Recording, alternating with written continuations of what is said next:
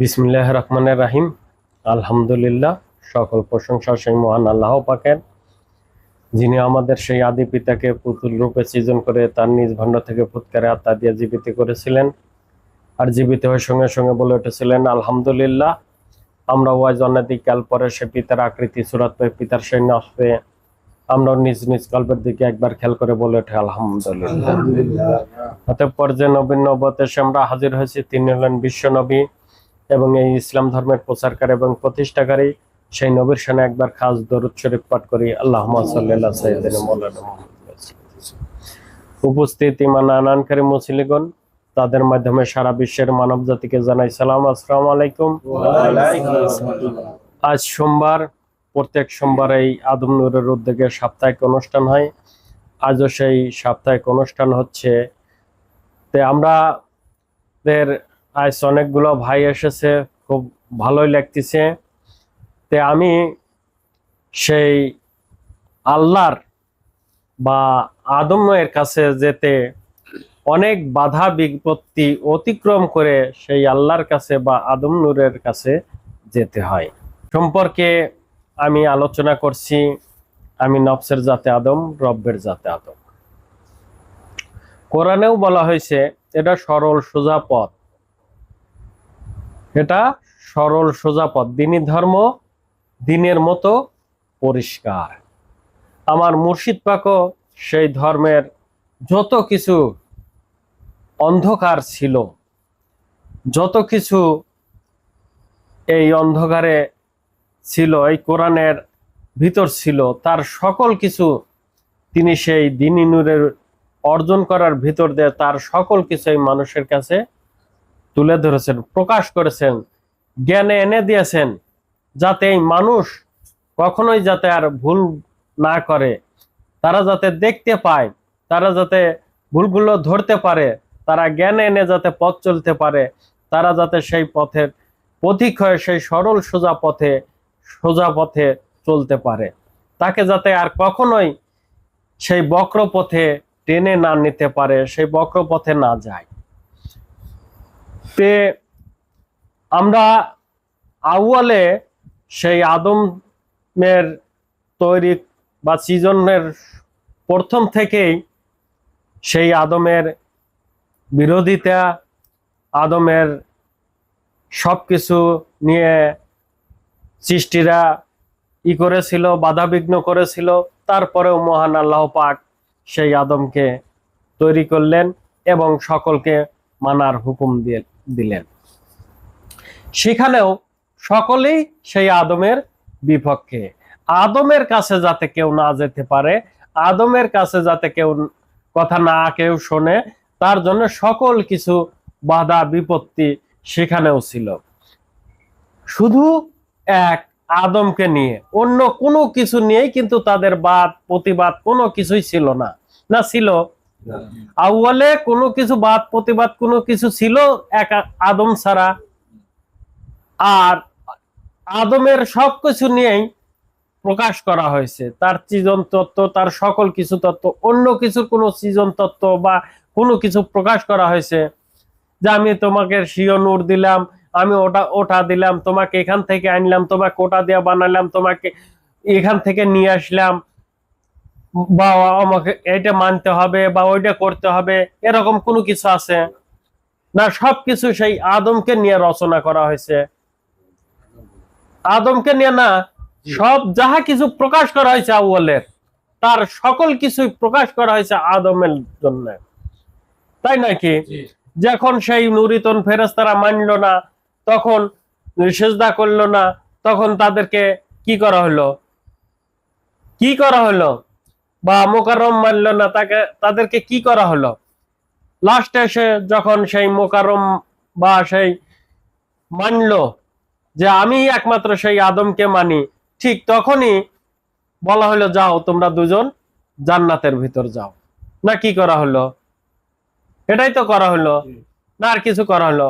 ঠিক আপনারা পৃথিবীর ভিতর দেখেন যে যেখানে আদম নূর উদয় হয়েছে, তার চার কোণার পাশে দেখেন সব বাধা নিয়ে বসে আছে।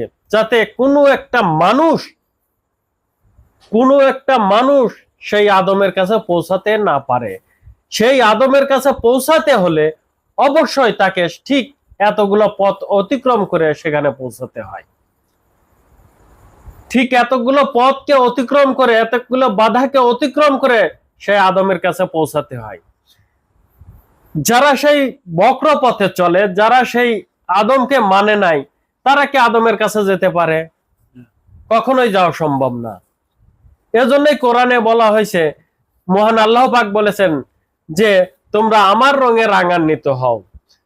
যারা সেই আল্লাহর রঙে রাঙান্বিত হবে ঠিক তারাই তো আল্লাহর কাছে যেতে পারবে, না অন্যরা যেতে পারবে? অন্যরা কি যেতে পারবে? যারা সেই আল্লাহর রঙে রাঙান্বিত হবে তারাই সেই আল্লাহর কাছে যেতে পারবে। ঠিক দেখেন, বিশ্ব নবী বলেছেন যে আদম সুরতি ছাড়া কেউ জান্নাতি না। তাহলে আদম সুরত যারা হবে তারাই সেই আদম এই সুরত লাভ করবে, তারাই সেই জান্নাত ভোগ করবে, তারাই সেই আদমের সঙ্গে হবে, না আর কেউ হবে? ঠিক পৃথিবীর ভিতরও যেখানে আদম নূর উদয় হয়েছে, যেখানে আদমের বাস, যেখানে আদম নূর সকল কিছু করেছেন, তার চার কোনায় দেখেন সব সেই নুরুতন ফেরেশতারা ওত পেতে বসাতে যান, একটা মানুষও সেখানে না যেতে পারে। তারা তো যাবেই না, তারা তো সেই জায়গা যাবেই না, সেই আদম নূরের কাছে যাবেই না, সেই আদমের কাছে যাবেই না। আরেকটা মানুষ যাতে না যেতে পারে তার জন্য দেখেন, আমি অমক সাহেব, আমি তমক সাহেব, আমি এত জ্ঞানী, আমি অত কিছু জানি, আমি এটা জানি, আমি ওটা জানি, কত কিছু নিয়ে বসে আছে যে আমি আল্লাহর এটা জানি, আমি আদমের এটা জানি, আদম এটা ভুল করছে, আদম এটা সঠিক ধর্ম দিতে পারে না, সঠিক পূর্ণ হেদায়েত দিতে পারে না, কত রকম বাধা, কত রকম বাধা। এই বাধাকে যারা অতিক্রম করে সেখানে পৌঁছাতে পারবে তারাই ঠিক সেই আদম সুরত নিয়ে আদমের কাছে যেতে পারবে, বা আল্লাহর রঙে রাঙান্বিত হয়ে আল্লাহর কাছে যেতে পারে। তাকার ছাড়া কখনোই সম্ভব হবে না। এই বাধাকে অতিক্রম করে যারা চলতে পারবে, অতিক্রম করে যারা সেইখানে পৌঁছে যেতে পারবে, তারাই সেই আদম সুরত নিয়ে কামি হতে পারবে, তারাই সেই আদম সুরত নিয়ে দণ্ডায়মান হতে পারবে, তাছাড়া কখনোই সম্ভব না। তাই আমাদের সেই বাধাকে অতিক্রম করে যত জ্ঞানেই থাক, আদমের জ্ঞানে তো আর কেউ জ্ঞানী না। আদম হলো কার জ্ঞানে জ্ঞানী? আল্লাহর জ্ঞানে জ্ঞানী। তাহলে আমরা সেই আদমের সেই জ্ঞান, আদম নুরিদ সেই হেদায়েতের ভিতর দিয়ে আমাদের দিল। আমরা যদি সেই আদম জাতি হই তাহলে আমরা কার জ্ঞানে জ্ঞানী?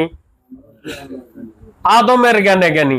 আদম হলো আল্লাহর জ্ঞানে জ্ঞানী, আমরা হলাম আদমের জ্ঞানে জ্ঞানী। আদম হলো শ্রেষ্ঠ জ্ঞানী, আমরাও সেই শ্রেষ্ঠ জ্ঞানের জ্ঞানী। ঠিক না বেঠিক? আদম যদি আল্লাহর জ্ঞানে জ্ঞানী হয়, শ্রেষ্ঠ জ্ঞানী হয়, আর আমরাও যদি তার সেই আদমের জ্ঞানী হয়, আমরা কি শ্রেষ্ঠ জ্ঞানী নয়? আদমের সঙ্গে আমরা সেই শ্রেষ্ঠ সুরতি নয়? আমরা সেই শ্রেষ্ঠ জাতি নয়? আমরা যদি সেই সুরত অর্জন করতে পারি, সেই জাতি হতে পারি, ঠিক না কি বেঠিক?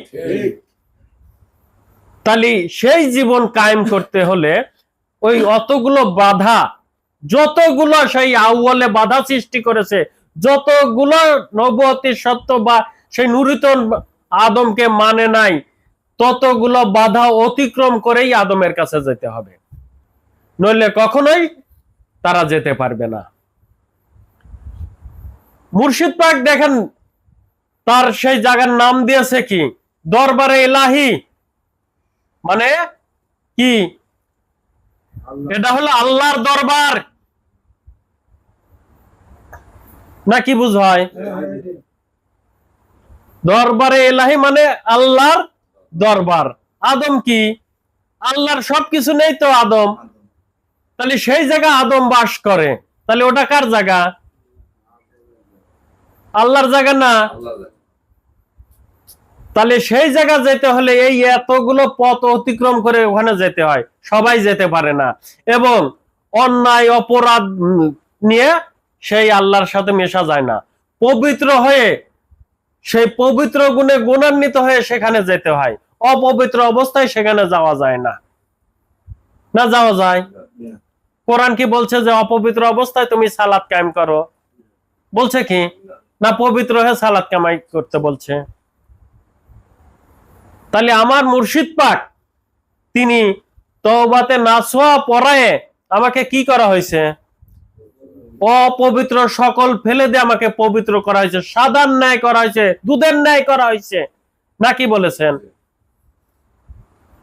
সেখানে আমাকে তার সেই অন্তর থেকে অন্তর নিক্ষেপ করেছেন যে এই জায়গা আমার অন্তর থাকে, তুমি এখানে ডাকো, তুমি এখানে ডাকো আমাকে, তাহলে আমি উত্তর নেব। প্রত্যেকটা নবীতে সত্যের প্রত্যেকটা সত্য এই মানুষে আছে। প্রত্যেকটা জাতের আলাদা সুরত আছে, প্রত্যেকটা জাতের আলাদা কালেমা আছে, প্রত্যেকটা জাতের আলাদা দিন আছে, প্রত্যেকটা জাতের আলাদা অস্তিত্ব আছে। নাই? আছে। তাহলে আমাকে সেই নির্দিষ্ট প্রত্যেকটা জাতের একটা করে নির্দিষ্ট নাম আছে। আমি যে নামে যাকে ডাকবো সেই তো উত্তর নেবে। আমি যে নামে যাকে ডাকবো, আমার ভিতরে সকল কিছুই আছে, আমি বলতে কিছু নাই। আমার ভিতরে সকল কিছু রাখা আছে, কিন্তু আমি কার কোন এর দ্বারা চলি, কোন ই নিয়ে চলি, এর কোনো নির্দিষ্ট নাই। তাই আমি বলতে কোনো কিছুই নাই। আমাকে সেই নির্দিষ্টকরণ করতে হবে যে অমকের যাতে আমি যাব, অমক নফসি ধরবো, তাহলে সেই নফসির যে নাম, সেই নফসির যে কালেমা, সেটা ধরে ডাক দিলে সেই নফসি উত্তর নেবে, সেই নফসি উত্তর নেবে। তাই কোনো মানুষ আজ পর্যন্ত কি বলতে পারছে যে আমি এই নবীন জাতে যেতে পেরেছি, আমি এই নবীর নফস ধরতে পেরেছি, আমি এই নবীর সুরত ধরতে পেরেছি? বলতে পারছে?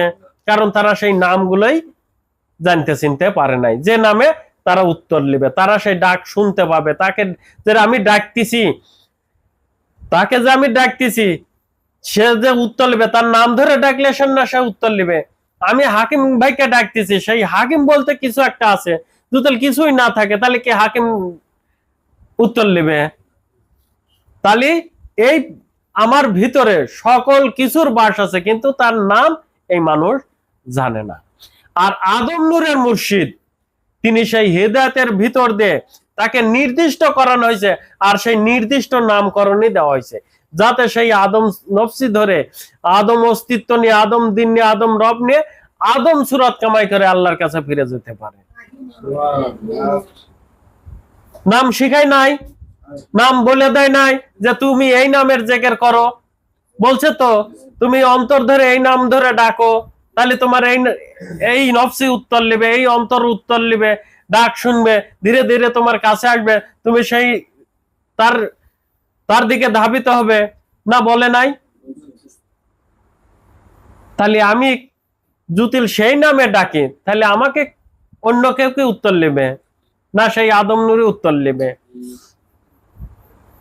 তাহলে তারা কি নামে ডাকে যে তারা সেই আদম নূরের থেকে বিচ্ছিন্ন হয়ে যায়? তাহলে নিশ্চয়ই তারা সেই আদম নূরের পথে নাই। না আছে? আছে কি? যদি আদমের সেই হেদায়েত গ্রহণ করে থাকে, আদম নফসি নফসি বলে থাকে, তাহলে তো আদম নূরই উত্তর নেবে, না অন্য কোন নফসি উত্তর নেবে? তাহলে তারা তার সেই ধর্মকে, তার সেই হেদায়েতকে নষ্ট করে ফেলে তারা সেই অন্য জাতির নাম ধরে ডাকছে, তাই তারা অন্য জাতির সামিল হয়েছে। আদম সুরত নিয়ে তারা কখনোই ফিরে যেতে পারবে না,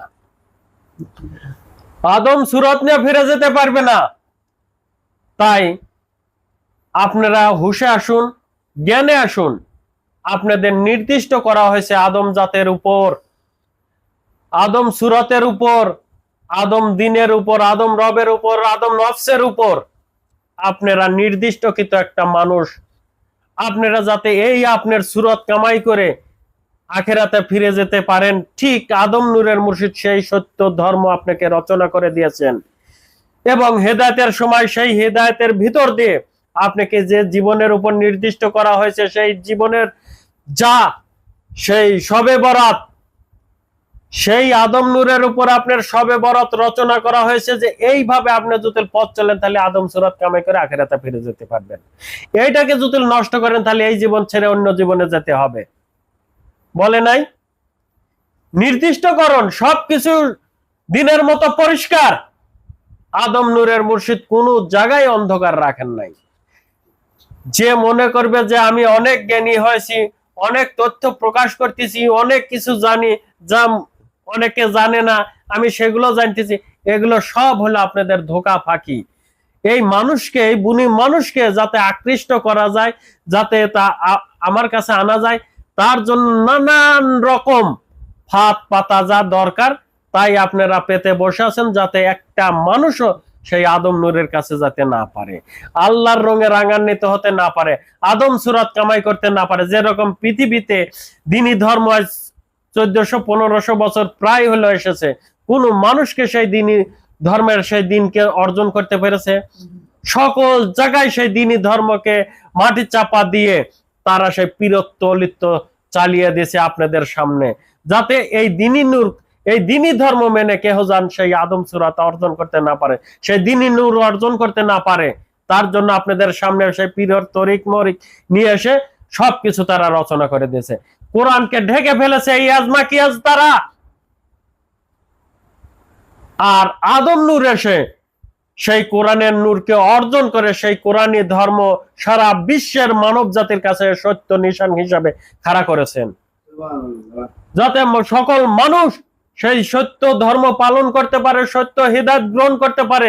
এতদিন তো সেই কোরআনেই ছিল সেই হিদায়াত, কেন আপনারা পান নাই? সেই হিদায়াত কি তাও জানতে পারেন নাই? কেন পারেন নাই?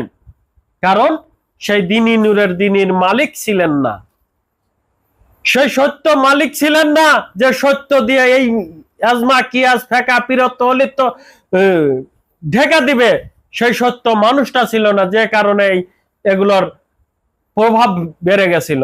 আর আদম নূরের মুর্শিদ এসে সত্য খাড়া করার ভিতর দিয়ে এগুলো যে বাতিল তা তিনি দেখিয়ে দিয়েছেন। ঠিক আমরাও যারা সেই আদম ধর্মের হেদায়েত গ্রহণ করেছি, আমরা যারা সেই হেদায়েতকে বাস্তবায়ন করতেছি, তারা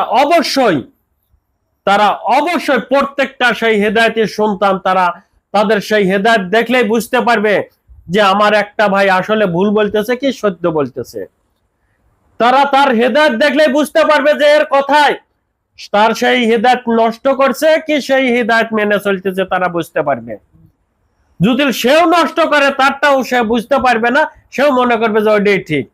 আর যারা সেই হেদায়েতকে বাস্তবায়নের রূপে নিয়ে যাচ্ছে, যারা সেই তার হেদায়েতকে লালন পালন করে, তারা অবশ্যই দেখতে পারে যে আমার একটা ভাই কি বলতেছে, এর ভিতর কি আসলেই এগুলো আছে, আমার ধর্মের ভিতরে এগুলো আছে না এগুলো নাই, এগুলো সেই ঠিকই বলতেছে না এগুলো ব্যাঠিক বলতেছে, তারা অবশ্যই ধরে ফেলবে। তারা অবশ্যই সেই তাদের থেকে আলাদা হয়ে পথ চলবে, তারা কখনোই তাদের সাথে মিশবে না, তাদের সেই ইউটিউবেতে যায় কমেন্টও করবে না। তাই আমরা যারা সেই হেদায়েত গ্রহণ করেছি, অবশ্যই আমরা সেই হেদায়েতকে দেখি, হেদায়েতকে বাস্তবায়ন করে, তাহলে অবশ্যই আমরা দেখতে পাবো যে কে কি হতে পারে, কে কি হতে পারে না,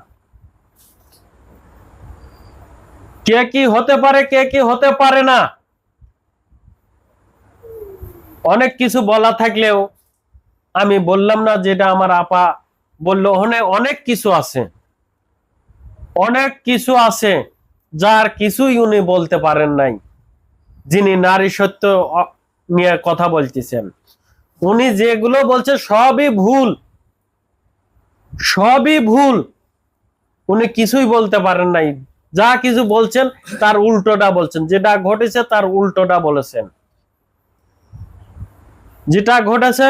উল্টোটা বলেছেন, তাই আপনারা সেদিকে কান না দিয়ে আপনারা প্রত্যেকটা মানুষ, আদম নূর যদি আল্লাহর নূর হয়, আদম নূর যদি সেই সত্য প্রকাশকারী হয়, আদম নূর কখনোই ভুল পথ দেখান নাই, ভুল হেদায়েত দেন নাই, আপনার হেদায়েত আপনি বাস্তবায়ন করেন, তাহলে অবশ্যই দেখতে পারবেন তারা ভুল কিন্তু সঠিক।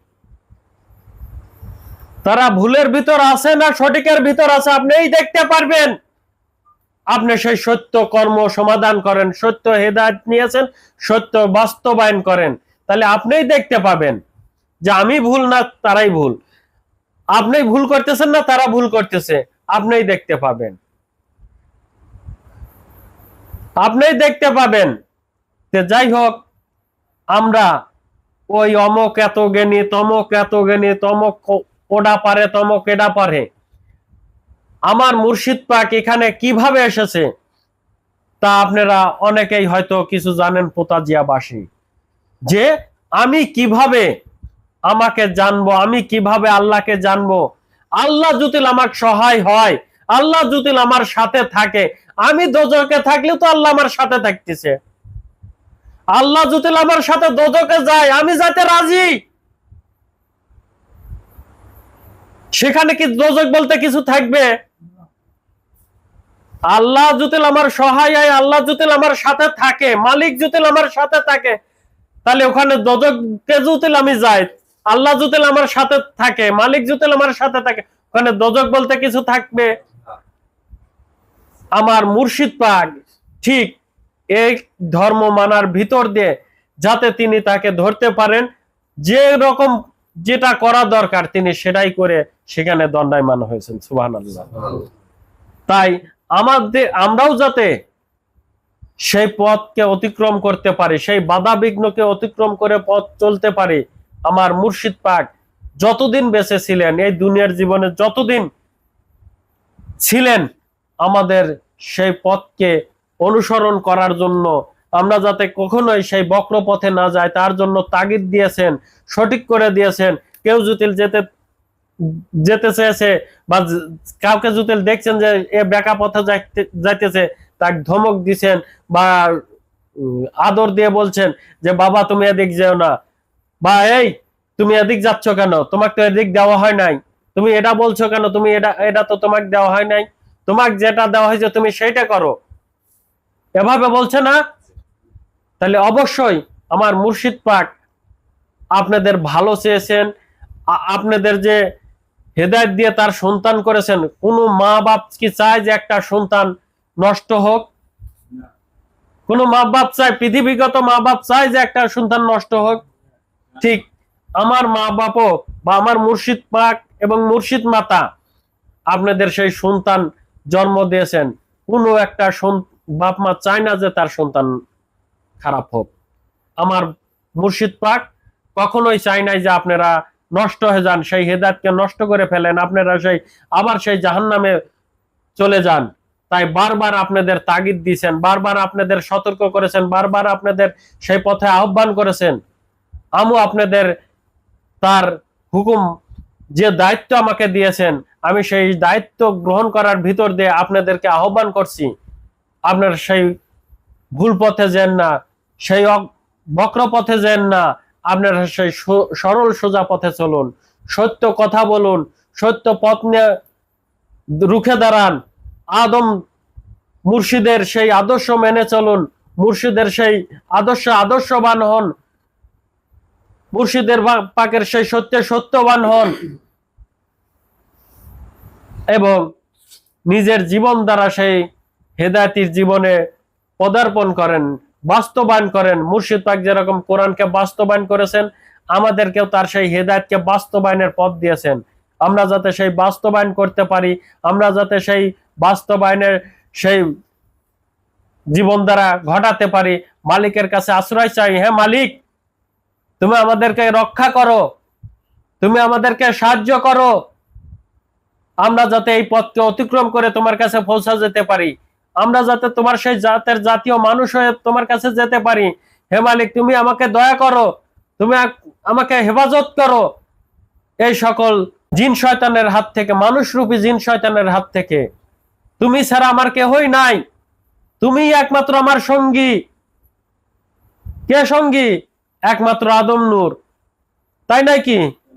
তাহলে তার কাছে আমরা প্রার্থনা করি সব সময় যে হে মালিক, তুমি আমাকে রক্ষা করো, আমি যাতে এই রাস্তাকে, এই মানুষরূপী জিন শয়তান থেকে আমি যাতে রক্ষা পাই, এই সরল সোজা পথ ধরে যাতে আমি চলতে পারি, সেই জ্ঞান বুদ্ধি আমাকে দান করো। তোমার কাছে প্রার্থনা করছি মালিক, তুমি ছাড়া আমাকে রক্ষা করার কেহই নাই, তুমি আমাকে রক্ষা করো। তাহলে আমরা অবশ্যই সেখানে পৌঁছাতে পারবো, নইলে কখনোই আমরা যেতে পারবো না। তাই আমরা যাতে সেই বাধাকে অতিক্রম করতে পারি, বাধাকে যেরকম আপনারা দেখেন যে এই পৃথিবীর বুকে একজন বড় মাথা হয়ে আছে, তার উপরে যাওয়াকে এত সম্ভব? কেউ কি সে কি ছেড়ে দিবে? যেরকম ধরেন আজ ইসরায়েল আর ইরান যুদ্ধ লাগছে, তার ভিতর থেকে বড় মাথা এসে মারিয়ে দিল, যাতে ও যাতে বড় না হতে পারে, ও যাতে বড় কথা না করতে পারে। ঠিক তো? তাহলে এই পৃথিবীতেও কেউ যাতে বড় না হয়, কেউ যাতে সেই বড় জায়গা না যেতে পারে, তার জন্য অনেক বাধা অতিক্রম করতে হয়, তার সাথে যুদ্ধ ঘোষণা করে জয় লাভ করতে হয়। ঠিক আমাদের মুর্শিদ পাকও সেই পথে দিয়েছেন। আমরা যাতে সেই বড় হতে পারি, সেই সম্মানের জায়গায় যেতে পারি, আমাদের পথ ঠিক সেটাই। আমরা যাতে এই নুরিতন ফেরেশতাকে অতিক্রম করে সেই আদম সূরত, শ্রেষ্ঠ সূরত নিয়ে দণ্ডায়মান হতে পারে, আমার মুর্শিদ পাক সেই পথ রচনা করে দিয়েছেন। না কি করেছেন? সেটাই তো করেছেন। তাহলে এরা কি আমাদেরকে এত সহজে ছেড়ে দিবে? কখনোই ছাড়বে না। তাহলে এদেরকে ফাঁকি দিয়ে, এদেরকে সেই মারামারি করা হোক আর যেটাই করে হোক, আমরা যাতে সেটাকে অতিক্রম করে সেই আদম সূরত নিয়ে যেতে পারি, আদম নফসে নফসিবান হতে পারি, আদম সূরত কামাই করে যাতে আল্লাহর কাছে ফিরে যেতে পারি, সেই তৌফিক মালিকের কাছে চাই। হে মালিক, আমি যাতে তোমার সেই জাতি হয়ে তোমার কাছে ফিরে যেতে পারি, সেই তৌফিক আমাদের দান করো, আমিন। আমরা যারা সেই হেদায়েত গ্রহণ করেছি, অবশ্যই আমাদের সেই বাধা বিপত্তি সকল কিছুই আসবে, সেগুলো অতিক্রম করে আমাদের পথ চলতে হবে, সেগুলো জ্ঞানে বুঝে নিয়ে আমাদের পথ চলতে হবে, সেগুলো আমাদের দিনের মতো যে দৃষ্টি আমাদের দিয়েছেন মুর্শিদ পাক, সেই দৃষ্টির দ্বারা দেখে পথ চলতে হবে অবশ্যই। যাই হোক, রাত অনেকটুকু হয়েছে, আমরা যারা সেই হেদায়েত গ্রহণ করেছি, অবশ্যই আমরা সেই হেদায়েতকে আমাদের জীবনে বাস্তবায়ন করে তহাকন্ন হরজতা জিন আর আমরা আদম নূরের মহরত যাতে জীবন লাভ করতে পারি, সবাই বলে আমিন। এই বলেই আজকের বক্তব্য এখানে শেষ করছি। সুবহানাল্লাহ বিহামদি, সুবহানাল্লাহ আযীম। সবার প্রতি আমার সালাম, আসসালামু আলাইকুম।